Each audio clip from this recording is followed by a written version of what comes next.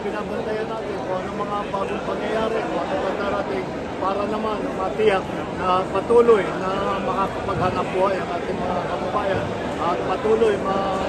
makapasok sa trabaho yung ating mga commuter